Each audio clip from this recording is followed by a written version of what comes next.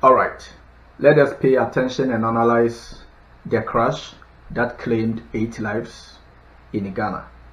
Right. The Z9 helicopter in the Ghana Air Force, especially this particular Z9 that had an accident claiming 8 lives, is for VIP transportation. It's used to fly the President of Ghana and his ministers of state, and also to fly higher military ranking officials like the generals. Right. The last time this airplane was flown, reports indicate that the last time this airplane was flown was about a month ago, when the President of Ghana was conducting his rounds all over the country with his last flight in Kumasi. Right.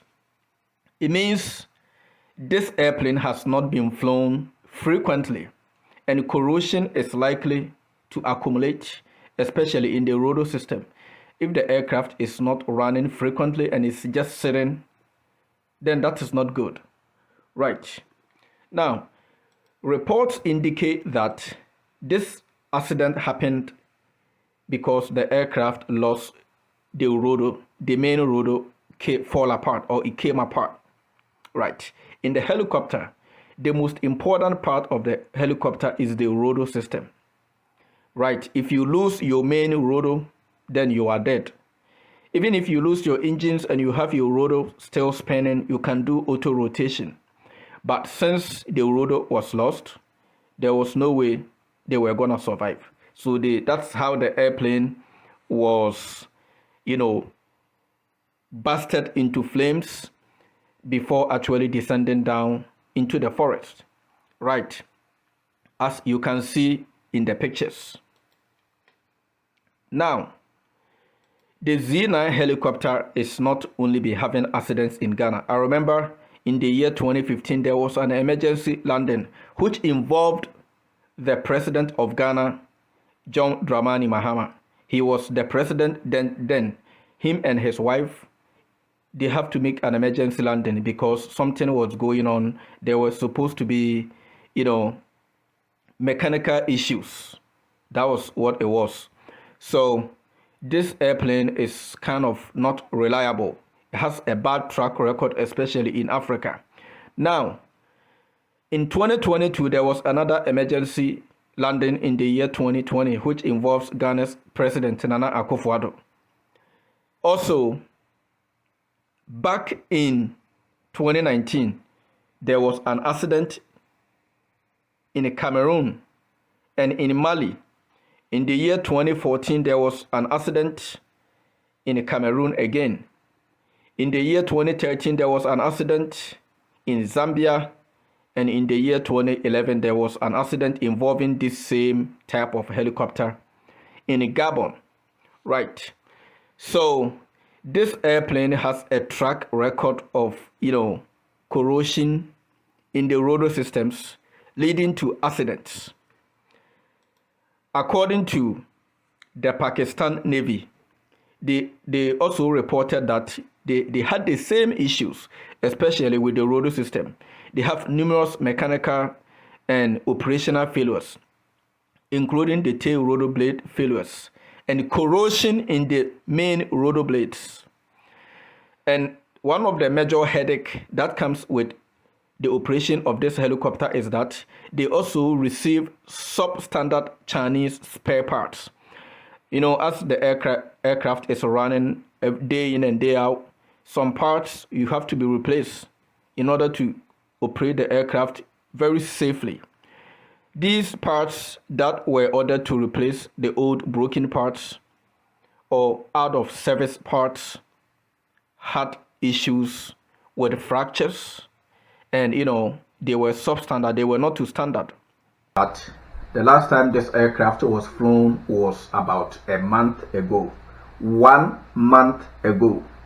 And that is not good. If you are not flying the machine very often, it is likely to accumulate corrosion in the especially in the rotor systems. So what I will advise is that even though you don't have any machine even though Ghana is not in actively war against, or this particular aircraft is dedicated to fly the president. Even though the president might not be using it every day, even though the ministers of state or the VIP officials may not be using it every day, it is advisable that you just start it up, warm it up, maybe 30 minutes, keep it running, right? Or you can lift it up, do some hover in the area, maybe 30 minutes flight, come back and land. Because what I have seen is most of these aircrafts, for especially the Ghana Air Force, it's always been sitting on the ramp doing nothing.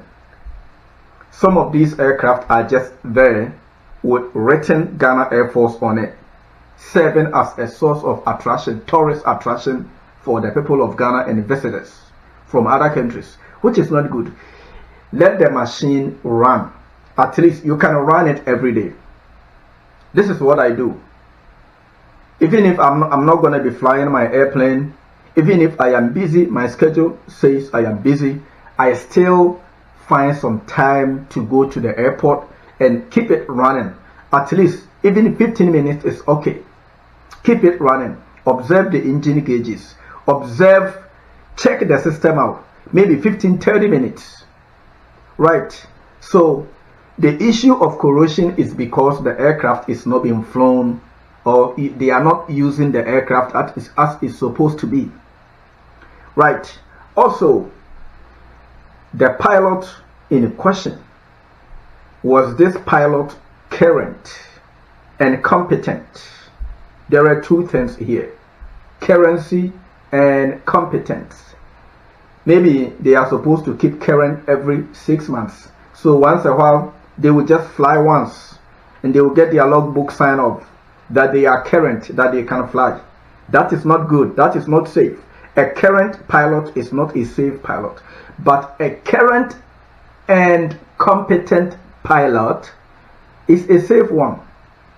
How often are these pilots in the Air Force flying to keep their currency and also being competent? Currency alone is not safe. So I will also advise that these pilots should be flying very often.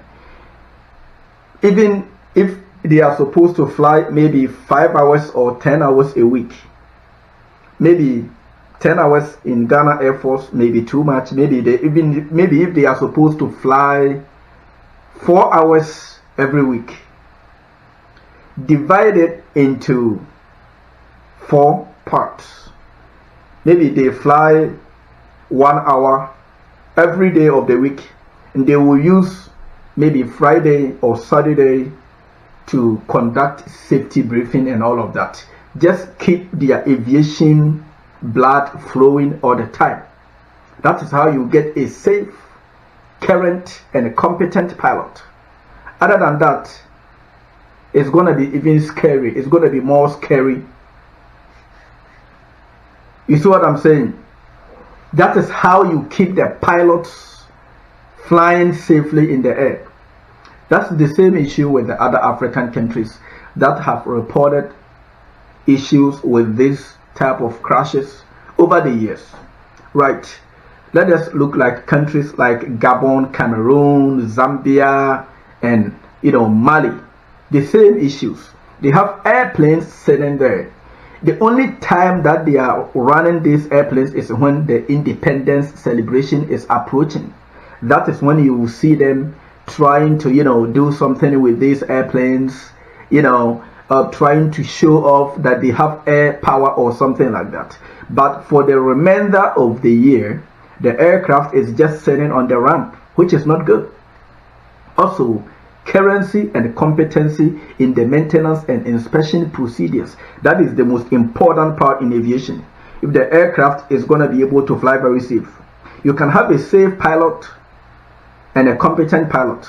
If you don't have a safe and competent current maintenance and inspections procedures, your aircraft sitting on the ramp is just a huge bomb that can explode any day.